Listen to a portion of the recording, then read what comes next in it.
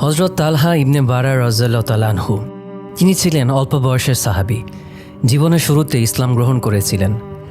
একদিন তিনি ভীষণ অসুস্থ হয়ে পড়লেন। এমন অসুস্থতা যা দেখে বোঝা যাচ্ছিল এটাই হয়তো শেষ সময়। খবর পৌঁছালো রাসূল সাল্লাল্লাহু আলাইহি সাল্লামের কাছে। প্রিয় নবী নিজে ছুটে এলেন তার খোঁজ নিতে। ঘরে ঢুকেই বোঝা গেল এই রোগ থেকে তার আর ফেরা নেই।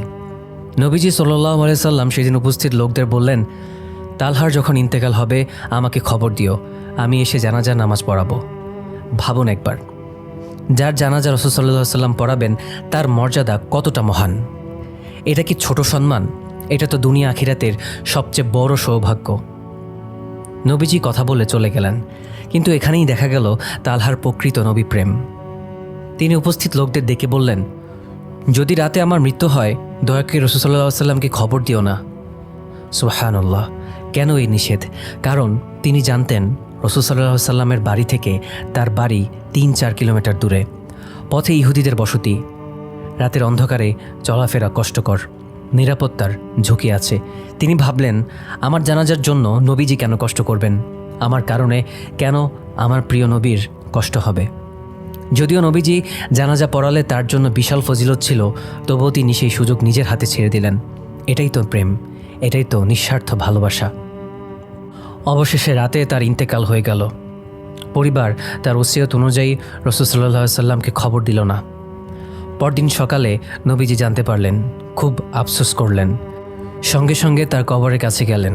কবরের পাশে দাঁড়িয়ে এই দোয়া করলেন, আল্লাহুম্মাল কতল হাতু তাদহাকু ইলাইহি ওয়া ইয়াদহাকু ইলাইক।